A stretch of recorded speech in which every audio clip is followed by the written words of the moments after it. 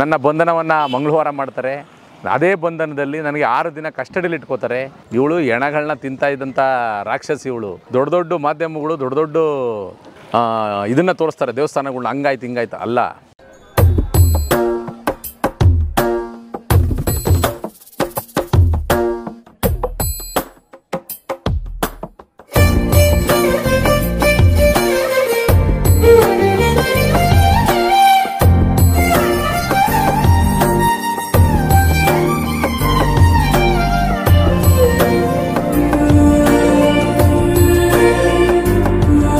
ಹುಲಿಯೂರಮ್ಮನವರು ಮೊದಲು ಮಾರಮ್ಮ ಅಂತ ಹೆಸರಿತ್ತು. ಇವರು ಆಳೂರು ಬೈಲಲ್ಲಿ ಹೆಣ ತಿಂತಿದ್ರು. ಹೆಣ ತಿಂತಿರ್ಬೇಕಾದ್ರೆ ಶ್ರೀ ಸಿದ್ಧಲಿಂಗೇಶ್ವರ ಮತ್ತು ಮಹದೇಶ್ವರ ಅವರು ಆಕಾಶದಲ್ಲಿ ಹೋಗ್ತಾ ಇರ್ತಾರೆ. ಸಿದ್ಧಲಿಂಗೇಶ್ವರ ಮಹದೇಶ್ವರನ ಕರ್ಕೊಂಡು ಅಲ್ಲಿ ಮಹದೇಶ್ವರನ ದೇವಸ್ಥಾನಕ್ಕೆ ಈ ಅಮ್ಮ ಕಾಲು ಇಟ್ಕೊಂಡು ಮಂಡಿಗುಡ್ಡೆ ಎಂಬ ಗುಡ್ಡೆ ಮೇಲೆ ಕಾಲು ಇಟ್ಕೊಂಡು ಹೆಣಗಳನ್ನ ಬೇಯಿಸಿ ತಿಂತಾ ಇರಬೇಕಾದ್ರೆ ಇವರು ಸಿದ್ಧಲಿಂಗೇಶ್ವರ ಮತ್ತು ಮಹದೇಶ್ವರವರು, ನೋಡಪ್ಪ ಮಹದೇಶ್ವರ ಹುಡುಗರ ಬೆಂಕಿ ಎತ್ತದೆ, ನಾವು ಬೆಂಕಿ ಸೇದಬೇಕು, ಬೆಂಕಿ ತಾಪ ಅಂತ ಕೇಳ್ತಾರೆ. ಯಾರು ಮಹದೇಶ್ವರನ ಸ್ವಾಮಿಯವರು ಬಂದು ಒಂದು ನೋಡ್ತಾರೆ, ಸುತ್ತ ಬಂದು ನೋಡ್ತಾರೆ. ಇವಳು ಈ ಅಮ್ಮ ಕಾಲ ನೀಡ್ಕೊಂಡು ಈ ಹೆಣಗಳ ತಿನ್ಕೊಂಡು ಒನಕೆಯಲ್ಲಿ ಎಲ್ಲ ಚುಚ್ಕೊಂಡು ಕೂತಿರ್ತಾರೆ. ಹೆಣಗಳ ರಾಶಿ ನೋಡಿಬಿಟ್ಟು ಮಹದೇಶ್ವರ ಸ್ವಾಮಿ ಭಯಭೀತರಾಗಿ ಓಡ್ಬಿಡ್ತಾರೆ. ಯಡಿಯೂರು ಸಿದ್ಧಲಿಂಗೇಶ್ವರ ಸ್ವಾಮಿ ಹತ್ರ. ಅಲ್ಲಿ ಹೋದಾಗ ಏನಾಗುತ್ತೆ ಅಂದರೆ ಸ್ವಾಮಿಯವರು ಆ ಥರ ಇದ್ದಾರೆ ಅಂದ್ಬಿಟ್ಟು ಒಬ್ಬ ಕಾಳಿ ಒಬ್ಬಳು ಜಡೆಯ ಎಲ್ಲ ಬಿಚ್ಚಿ ತಲೆ ಜಡೆನ ಕೂದಲು ಕೆದರ್ಕೊಂಡು ಹೆಣ ತಿಂದು ಕತ್ತಿಗೆಲ್ಲ ತಲೆ ಬುಲ್ಡೆ ಎಲ್ಲ ನ್ಯಾತಾಕೊಂಡು ಹೆಣ ತಿಂತಾಯಿದ್ದಾರೆ ಕಣ್ಣ ಅಂತ ಹೇಳ್ತಾರೆ. ನಾನು ಹೋಗೋಕ್ಕಾಗಲ್ಲ, ಬಹಳ ಭಯಂಕರವಾಗಿ ಅವರು ಹೆಣ ತಿಂತವ್ರೆ, ಮಹಾ ಕಾಳಿಗಳು ಅಂದ್ಬಿಟ್ಟು ರಾಕ್ಷಸಿಗಳು ಅಂದ್ಬಿಟ್ಟು ಹೊಂಟೋಯ್ತಾರೆ. ಹೋಗಿ ಹೇಳಿದಾಗ ಸಿದ್ಧಲಿಂಗೇಶ್ವರವರು ಇಲ್ಲೇ ಇರಪ್ಪ ನೀನು ಮಹದೇಶ್ವರ ಅಂತ ಹೇಳ್ಬಿಟ್ಟು ಗರುಡ ರೂಪದಲ್ಲಿ ಹಾರಾಡ್ಕೊಂಡು ಬರ್ತಾರೆ.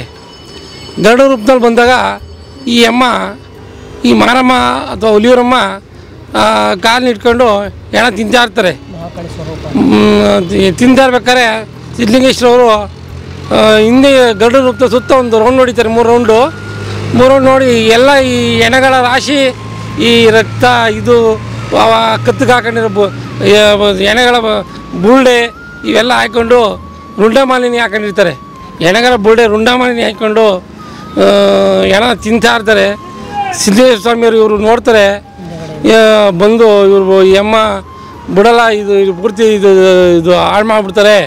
ಆಳೂರು ಬೈಲು ಮತ್ತು ಮಂಡಿಗುಡ್ಡಲ್ಲಿ ದೇವಪಟ್ಟಣ ಅಂತ ಇರ್ತದೆ, ಈ ಎಲ್ಲ ಈ ಪಟ್ಟಣ ಎಲ್ಲ ಹಾಳು ಮಾಡಿ ಆಳೂರನ್ನು ಹಾಳು ಮಾಡಿಬಿಡ್ತಾರೆ ಅಂದ್ಬಿಟ್ಟು ಈ ಏನಾಗುತ್ತೆ, ಅವ್ರು ಬಂದು ಗರುಡ ರೂಪದಲ್ಲಿ ಬಂದು ಲಿಂಗಾಣೆ ಮಾಡ್ತಾರೆ. ಹಿಂದಿಂದ ಬಂದು ಆ ಮಾರಮ್ಮ ಅಥವಾ ಹುಲಿಯೂರಮ್ಮನಿಗೆ ಆ ಅಮ್ಮ ಕೆಟ್ಟನಲ್ಲಪ್ಪ ಅಂತ ಹೇಳಿ ಎದ್ದು ಸಿದ್ಧೇಶ್ವರ ಸ್ವಾಮಿಗೆ ನಮಸ್ಕಾರ ಮಾಡಿಕೊಂಡು, ಇನ್ಮೇಲೆ ನೋಡಮ್ಮ, ನೀನು ಹೆಣಗಳನ್ನು ತಿನ್ನಬೇಡ, ನೀನು ಒಂದು ಮಹಾಕಾಳಿಯಾಗಿ ನೀನು ಹಳೆ ಊರಲ್ಲಿ ಜನಿಸಿ ತಾಯಿ, ನೀನು ಮಹಾನ್ ಶಕ್ತಿ ದೇವತೆ, ನೀನು ದುಷ್ಟರನ್ನು ಶಿಕ್ಷಿಸಿ ಶಿಷ್ಟರನ್ನು ರಕ್ಷಿಸಿ ನೀನು ಹಳೆ ಊರಲ್ಲಿ ನೆಲೆಸಿ ಬಂದ ಭಕ್ತರಿಗೆ ಒಳ್ಳೇದು ಮಾಡವ ಅಂತ ಹೇಳಿ ಅವರು ಲಿಂಗಾಣೆ ಮಾಡಿಬಿಟ್ಟು ಹೋಯ್ತಾರೆ. ಮಕ್ಕಳಿಂದ ಇದ್ದರು ಇಲ್ಲಿ ಅಷ್ಟು ನೀರು ಹಾಕ್ಸ್ಕೊಂಡು ಬಿನ್ಗೆಲ್ಲಿ ನೀರು ತಂದು ಅಷ್ಟು ನೀರು ಹಾಕ್ಸ್ಕೊಂಡ್ರೆ ಅವರು ಒಂದು ಮಕ್ಕಳ ಸಂತಾನ ಆಯ್ತದೆ, ಮತ್ತು ಮದುವೆ ಸಂತಾನನೂ ಮದುವೆ ಭಾಗ್ಯನೂ ಆಗುತ್ತೆ. ಎಲ್ಲ ನನ್ನ ಪ್ರೀತಿಯ ಕನ್ನಡಿಗರೇ, ಇದ್ರ ವಿಶೇಷತೆ ಏನಪ್ಪ ಅಂದರೆ ಪವಾಡಗಳ ರಾಣಿ ಈ ತಾಯಿ ಹಳೆ ಊರಮ್ಮ. ನನ್ನ ಜೀವನದಲ್ಲಿ ಯಾವ್ಯಾವ ಥರ ಒಂದು ಏನು ನಾವು ಮಿರಾಕಲ್ ಅಂತ ಹೇಳ್ತೀವಿ ಅಂದರೆ ಆಶ್ಚರ್ಯಕರ, ಆ ರೀತಿಯಲ್ಲಿ ನನ್ನ ಜೀವನದಲ್ಲಿ ಭಾಳಷ್ಟು ತಾವೆಲ್ಲರೂ ಕೂಡ ನೋಡಿರ್ಬೋದು. ನನ್ನ ರಕ್ಷಣಾ ವೇದಿಕೆಯಲ್ಲಿ ಭಾಳ 20 ವರ್ಷದಿಂದ ಕನ್ನಡದ ಹೋರಾಟದ ಸೇವೆಯಲ್ಲಿ ನಾನು ತೊಡಗಿದ್ದೆ.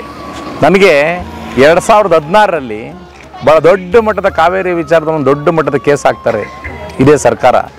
ಅವತ್ತು ನನಗೆ ಮತ್ತು ನನ್ನ ಕುಟುಂಬವನ್ನು, ಆಮೇಲೆ ನಾನು ನಂಬಿರ್ತಕ್ಕಂಥ ಎಲ್ಲ ಕಾರ್ಯಕರ್ತರನ್ನ ಕಾಪಾಡ್ತಕ್ಕಂಥ ಒಂದು ಯಾವುದಾದ್ರೂ ಶಕ್ತಿ ಅಂತಿದ್ರೆ ಅದು ಆದಿಶಕ್ತಿ ಜಗನ್ಮಾತೆ ಹುಲಿಯೂರಮ್ಮ.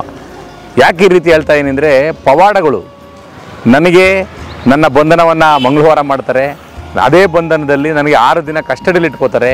ಅದೇನೂ ಮಾಡದೇ ಇದ್ದರೂ ಕೂಡ ಕನ್ನಡದ ಹೋರಾಟ ಮಾಡಿದ್ದಕ್ಕೆ ಅರ್ಥ ಮಾಡ್ಕೊಳ್ಳಿ ನೀವು. ಆದರೆ ನನಗೆ ಬೇಲಾಗೋದು ಯಾವತ್ತಪ್ಪ ಅಂದರೆ ಶುಕ್ರವಾರ. ನೀವು ಅರ್ಥ ಮಾಡ್ಕೊಳ್ಳಿ, ಮಂಗಳವಾರ ಶುಕ್ರವಾರ ಈ ತಾಯಿ ಹೆಸರಿನಲ್ಲಿ ನಾವು ಯಾವುದೇ ಒಂದು ಕೆಲಸ ಮಾಡಿದ್ರೂ ಕೂಡ ನನಗೆ ಜಯ ಸಿಕ್ಕಿದೆ. ನಿಮ್ಗೇನೇ ಸಮಸ್ಯೆ ಇರ್ಬೋದು, ನಿಮ್ಮ ಮನೆಗಳ ಸಮಸ್ಯೆ ಇರ್ಬೋದು, ಎಲ್ಲವನ್ನು ನಿವಾರಣೆ ಮಾಡುವಂಥ ಶಕ್ತಿ ಏನಾದರೂ ಪ್ರಪಂಚದಲ್ಲಿ ಇದ್ದರೆ ನಾನು ನಂಬಿರ್ತಕ್ಕಂಥ ತಾಯಿ ಹಳೆ ಊರಮ್ಮ ಹುಲಿಯೂರು ದುರ್ಗದಲ್ಲಿದೆ. ತಾವೆಲ್ಲರೂ ಕೂಡ ಬನ್ನಿ, ಒಮ್ಮೆ ಒಂದ್ಸಲಿನಾರು ಭೇಟಿ ಮಾಡಿ. ಈ ತಾಯಿ ಪವಾಡಗಳ ರಾಣಿ ನಿಮ್ಮ ಮುಂದೆ ಕನ್ನಡ ಪ್ರಕಾಶ್ ಅಂತ ಒಂದು ಹೆಸರು ತಗೊಂಡು ನಿಮ್ಮ ಮುಂದೆ ಸಾರ್ವಜನಿಕ ಜೀವನದಲ್ಲಿ ಹೋರಾಟ ಮಾಡ್ತಾ ಇದ್ದೀನಿ ಅಂದರೆ ಅದಕ್ಕೆ ಶಕ್ತಿ ಯಾರಪ್ಪ, ಅದಕ್ಕೆ ನನಗೆ ನಿಲ್ಲಿಸಿರೋದು ಯಾರಪ್ಪ ಅಂದರೆ ಇದೇ ಆದಿಶಕ್ತಿ ಜಗನ್ಮಾತೆ ಹುಲಿಯೂರಮ್ಮ. ದಯಮಾಡಿ ಎಲ್ರಿಗೂ ನಾನು ವಿನಂತಿ ಮಾಡ್ತೀನಿ, ಇಂಥ ಪುಣ್ಯಕ್ಷೇತ್ರಗಳಿಗೆ ಎಲ್ಲೆಲ್ಲೋ ಹುಡುಕೊಂಡೋಗ್ತೀರಾ, ಹೊರ ರಾಜ್ಯಕ್ಕೆ ಹುಡುಕೊಂಡೋಗ್ತೀರಾ, ಇಲ್ಲಿದೆ ಶಕ್ತಿ. ಆ ತಾಯಿ ಹುಲಿಯೂರಮ್ಮನ ಹತ್ರ ಇದೆ. ದೊಡ್ಡ ದೊಡ್ಡ ಮಾಧ್ಯಮಗಳು ದೊಡ್ಡ ದೊಡ್ಡ ಇದನ್ನು ತೋರಿಸ್ತಾರೆ, ದೇವಸ್ಥಾನಗಳನ್ನ ಹಂಗಾಯ್ತು ಹಿಂಗಾಯ್ತು. ಅಲ್ಲ, ಇಲ್ಲಿ ಸತ್ಯವಂತೆ ಹುಲ್ಲೂರಿ ಅಂತ ಏನು ಹೆಸರಿದೆ ಅದು 100ಕ್ಕೆ 100 ಸತ್ಯ. ಆಮೇಲೆ ಇವಳು ಸಾಮಾನ್ಯದವಳಲ್ಲ, ಅದನ್ನು ಹೇಳ್ಬಿಡ್ತೀನಿ. ಯಾಕಂದರೆ ಇವಳು ಹೆಣಗಳನ್ನ ತಿಂತಾ ಇದ್ದಂಥ ರಾಕ್ಷಸಿ. ಇವಳು ಪರೀಕ್ಷೆ ಮಾಡಿ ನೋಡ್ತಾಳೆ, ಇವನು ಇರ್ತಾನ ಓಡಾಯ್ತಾನ ಅಂತ.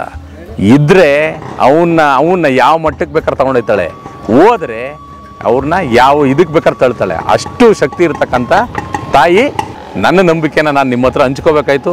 ಒಳ್ಳೆ ವೇದಿಕೆಯನ್ನು ನಮ್ಮ ಸ್ನೇಹಿತರು ಕೊಟ್ಟರು ಮಾಧ್ಯಮದ ಮುಖಾಂತರ. ಅವ್ರಿಗೆ ನಾನು ತುಂಬ ಹೃದಯದ ಧನ್ಯವಾದಗಳನ್ನ ಹೇಳ್ತೀನಿ. ಯಾಕಂದರೆ ದೊಡ್ಡ ದೊಡ್ಡ ದೇವಸ್ಥಾನಗಳನ್ನ ಮಾಡ್ತಾರೆ ಪಾಪ. ಇವರು ಎಷ್ಟು ಸಣ್ಣದಾಗಿರ್ತಕ್ಕಂಥ ದೇವಸ್ಥಾನ ಇರ್ಬೋದು. ಇದು ಇತಿಹಾಸ ಭಾಳ ಇದೆ. ಹುಲಿಯೂರಮ್ಮನ ಇತಿಹಾಸ ಕೇಳಲಿಕ್ಕೆ ಹೇಳಲಿಕ್ಕೆ ಭಾಳ ದೊಡ್ಡದು. ಎಲ್ರಿಗೂ ನಾನು ಮತ್ತೊಮ್ಮೆ ಹೇಳ್ತೀನಿ, ಇಡೀ ನಮ್ಮ ಕರ್ನಾಟಕದ ಜನತೆ ದಯವಿಟ್ಟು ಎಲ್ಲರೂ ಕೂಡ ಬಂದು ಈ ಒಂದು ಕ್ಷೇತ್ರಕ್ಕೆ ಭೇಟಿ ಕೊಡಿ. ನಿಮ್ಮ ಕಷ್ಟ ಕಾರ್ಪಣ್ಯಗಳನ್ನ ನಿಮ್ಮ ಮನಸ್ಸಲ್ಲಿ ಹೇಳ್ಕೊಳ್ಳಿ. ಈ ತಾಯಿ ನಿಮ್ಮನ್ನೇನು ಚಿನ್ನ ಕೊಡಿ, ಬೇರೆ ದೇವಸ್ಥಾನಗಳ ಥರ ನೀವು ಚಿನ್ನ ಕೊಟ್ಟರೆ ಹಾಕಿದ್ರೆ ಮಾತ್ರ ಪರಿಹಾರ ಆಗುತ್ತೆ, ಬೆಳ್ಳಿ ಹಾಕಿದ್ರೆ ಪರಿಹಾರ ಇಲ್ಲ. ಒಂದು ಕರ್ಪೂರ ನಿಮ್ಮ ಮನಸ್ಫೂರ್ತಿಯಿಂದ ಒಂದು ಕರ್ಪೂರ ಅಂಟಿಸಿದ್ರು ಕೂಡ ಆ ತಾಯಿ ನಿಮ್ಮ ಕಷ್ಟನ ನಿವಾರಣೆ ಮಾಡ್ತಾಳೆ. ಆ ಶಕ್ತಿ ಆ ತಾಯಿ ಕೈಲಿದೆ. ದಯಮಾಡಿ ಎಲ್ಲ ನನ್ನ ಕನ್ನಡ ಜನತೆಗೆ ಮತ್ತೊಮ್ಮೆ ನಾನು ವಿನಂತಿಯನ್ನು ಮಾಡ್ಕೊಳ್ತೀವಿ. ಹೊರಗಡೆ ಯಾವ್ಯಾವುದೋ ದೇವ್ರಿಗೂ ಕೈ ಮುಗಿತೀರ, ಕರ್ನಾಟಕದಲ್ಲಿರ್ತಕ್ಕಂಥ ನಮ್ಮ ಪ್ರೀತಿಯ ನಾಡಪ್ರಭು ಕೆಂಪೇಗೌಡರ ಆರಾಧ್ಯ ದೇವತೆ ಹುಲಿಯೂರಮ್ಮ, ಆ ತಾಯಿಯ ಸೇವೆಯನ್ನು ನೀವೆಲ್ಲರೂ ಕೂಡ ಬಂದು ಮಾಡಿ ಅಂತೇಳಿ ನಾನು ಮತ್ತೊಮ್ಮೆ ಮಗದೊಮ್ಮೆ ನಿಮ್ಮೆಲ್ಲರಿಗೂ ವಿನಂತಿ ಮಾಡಿ ನನ್ನ ನಮಸ್ಕಾರಗಳನ್ನ ತಿಳಿಸ್ತೀನಿ. ನಮಸ್ತೆ.